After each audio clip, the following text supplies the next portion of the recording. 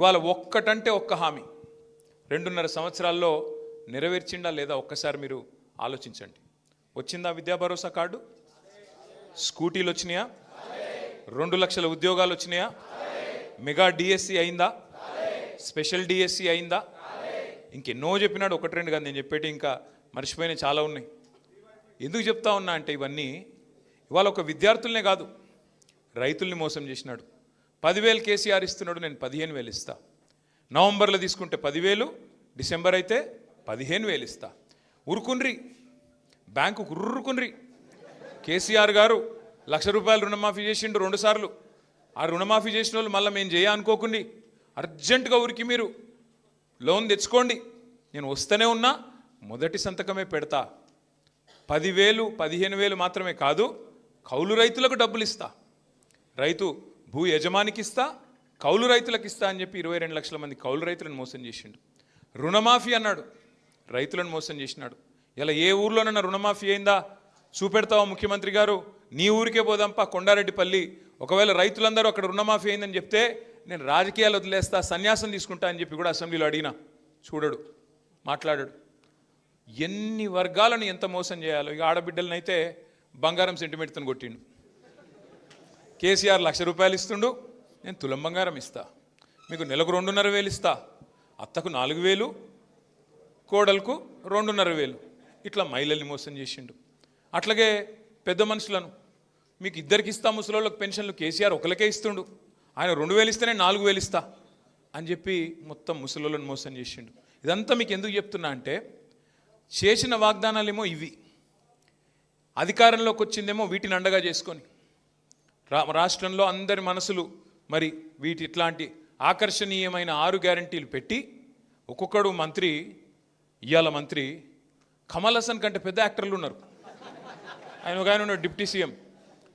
6 గ్యారంటీలు, గ్యారంటీ కార్డులు భద్రంగా పెట్టుకోండి, 100 రోజులు అల్మార్లో దాసుకోండి, 101వ రోజు మా వాళ్ళు వస్తారు, వచ్చి తీసుకొని, ఆయన ఒత్తి చెప్తాడు మళ్ళీ అదో కథ, వస్తారు వచ్చి తీసుకొని గ్యారంటీ కార్డులను భద్రంగా మీరు పెట్టుకున్నట్టయితే మరి వెంటనే 101వ రోజు నుంచి మీకు ఇవన్నీ వస్తాయి.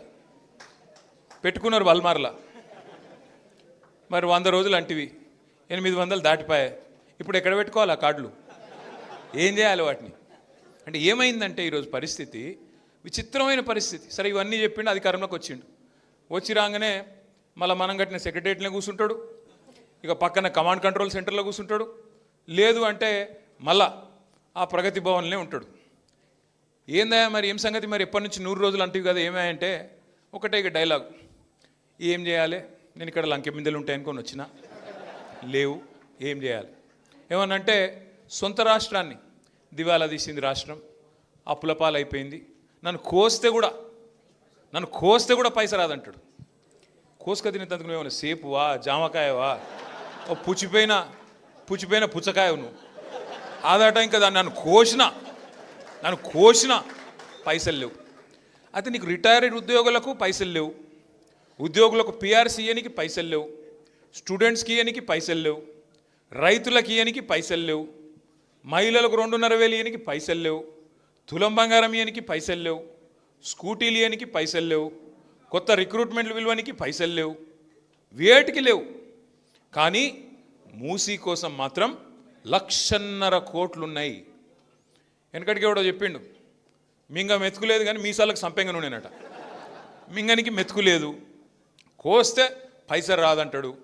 ఢిల్లీ పోతే నన్ను దొంగను చూసినట్టు చూస్తారంటాడు. మరి దొంగ తిరిగిన చూస్తారు కదా, అడ్డంగా దొరికిన దొంగవు నువ్వు, దొంగ లెక్కనే చూస్తారు. నువ్వు ముఖ్యమంత్రి అయితేంది, ఏదైతేంది.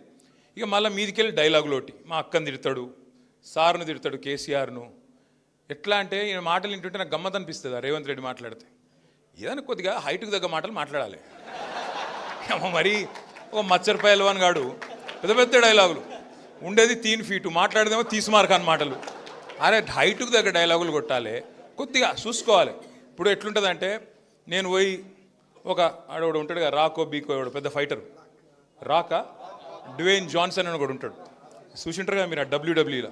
వాని ముంగట పోయి నేను తొడగొట్టినా అనుకో, చింతపండు గాను, ఈయన కూడా అంతే, తెగ బలిసిన కోడొకటి చికెన్ షాప్ ముంగట పోయి తొడగొట్టిందట. ఒక అట్లున్నది ఈయన కథ. అరే అర్థమే కాదు మాకు.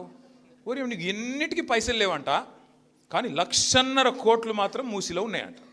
ఏమిటికి? నిన్ను ప్రజలు నీకు మూసి కోసం ఓట్లేసిరా? ఓట్లేసిన నల్గొండ ప్రజలు కానీ, ఖమ్మం ప్రజలు కానీ, మహబూబ్ నగర్ ప్రజలు కానీ, వరంగల్ ప్రజలు కానీ, మొత్తంగా చూసినట్టయితే రాష్ట్రంలోని వివిధ వర్గాల ప్రజలు నీకు ఓట్లేసింది నువ్వు చెప్పిన 6 గ్యారంటీల కోసం, నువ్వు అభయహస్తం మేనిఫెస్టోలో ఇచ్చిన 420 హామీల కోసం. నువ్వు మూసియే చేస్తా, ఇవన్నీ పక్కకు పండబెడతా అంటే నీకు ఓట్లేదురా? హైదరాబాద్ వాళ్ళు నమ్మలే, ఇక్కడ వాళ్ళు హుషారోళ్ళు నమ్మలే. ఈడంత లంగా ఉన్నాడు వీడు, నమ్మద్దని చెప్పి నమ్మలే. ఒక్క సీటు కూడా వెళ్ళి. అందుకే హైదరాబాద్లో ఓఆర్ఆర్ లోపల ఒక్క సీటు కూడా రాలే కాంగ్రెస్ పార్టీకి. ఇక పాపం ఊర్లలో నమ్మిండ్రు. ఏమో అంటుండు కదా, కేసీఆర్ను 2 సార్లు చూసినాం కదా, ఒకసారి ఈయనను కూడా చూద్దాం, కాంగ్రెస్ కూడా చెప్తుంది కదా, ఒకసారి చూద్దాం అన్నట్టు ఓట్లేసారు. ఇలా ఓట్లేసిన వాళ్ళే వాళ్ళ చెప్పులు తీసుకొని వాళ్ళు కొట్టుకుంటారు, టక్క టక్క టక్క కొట్టుకుంటారు. మీరు చూస్తున్నారు వీడియోలు, నేను చెప్తలే, చూడండి మీరు. కాంగ్రెస్ కార్యకర్తలు మాట్లాడుతున్నారు. నేను మొన్న మన బట్టి విక్రమార్క గారి కొడుకు పెళ్ళి అయిండే, నేను పోయినా. ఆయన పిలిచిండు, విక్రమార్క గారు మర్యాదకు పిలిచిండు కాబట్టి ఇంట్లో శుభకార్యాలు ఉన్నాయి, ఎవరైనా చచ్చిపోయినా అక్కడ రాజకీయం ఏముంటుంది, పోతాం కదా. పోయినాం. పోతే మీరు నమ్మరు నేను చెప్పేది. పోతా అని నాకే తెలియదు గంట ముందు దాకా. మేమందరం అక్క నేను అందరం నాగోల్లో ఉన్నాం.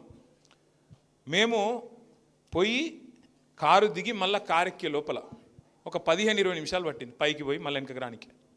నేను ప్రామిస్ చెప్తా ఉన్నా, నేను కూడా ఊహించలేదు. ఇక్కడ దిగి మళ్ళీ కారు దిగి వేదిక మీదకి పోయి కిందికి వచ్చే లోపల ఆడ ముఖ్యమంత్రి ఉన్నాడు, మంత్రులు ఉన్నారు, మొత్తం కాంగ్రెస్ నాయకులు ఉన్నారు. కనీసం ఒక 100-150 మంది కాంగ్రెస్ కార్యకర్తలు చేతిలో చేసి, అన్న వస్తున్నది మీ గవర్నమెంటే, అన్న వచ్చేది మీ గవర్నమెంటే. నేను ఊరికే చెప్పట్లేదు, ఉత్తగానే చెప్తలేను, ప్రామిస్ చెప్తున్నా. నాకే ఆశ్చర్యం అనిపించింది. కారులో ఎక్కిన తర్వాత నా వెనకాల ఒక శాసనసభ్యుడు ఉండే, ఆయన అన్నాడు, అన్న రేవంత్ రెడ్డి ఈ వీడియో చూస్తే మాత్రం ఊరేసుకుంటాడు అన్న అన్నాడు. అరే నిజంగా నాకు అర్థం కాల. ఆడ అడిగినా నేను, చేయగలిపి అందరూ మీ గవర్నమెంట్ అంటే ఎవరబ్బా ఇల్లంతా అని చెప్పి ఏ ఊరు మీదని అడిగిన. ఒక ఆయన ఖమ్మం, ఇంకొక ఆయన మదిర, ఇంకొక ఆయన పాలేరు. ఇట్లా మొత్తం ఖమ్మం జిల్లా వాళ్ళు ఎక్కువ ఉన్నారు. సహజంగా ఆయన జిల్లా కాబట్టి మా డిప్యూటీ సీఎం గారిది వాళ్ళే ఉన్నారు, మొత్తం కాంగ్రెస్ కార్యకర్తలు. వాళ్ళు ఇంకో 2.5 ఏళ్ళు కాలే, ఇంకా సగం టైం కూడా కాలే. కానీ వాళ్ళు కాంగ్రెస్ కార్యకర్తలు చెప్తున్న మాట ఈరోజు, వచ్చేది మీ ప్రభుత్వమే, రాబోతుంది మీరే అని చెప్పి షేక్ హ్యాండ్ ఇచ్చి అడ్వాన్స్ కంగ్రాట్స్ చెప్తున్నారు వాళ్ళు. నాకు అర్థమే కాలే. మరి వీళ్ళే ఇట్లుంటే కాంగ్రెస్ కార్యకర్తలు, జనం ఎట్లుండాలా? మరి జనంలో ఎంత ఆక్రోశం ఉండాలా? అంటే ఇవాళ వాస్తవం ఏంది అంటే ఈ రాష్ట్రంలో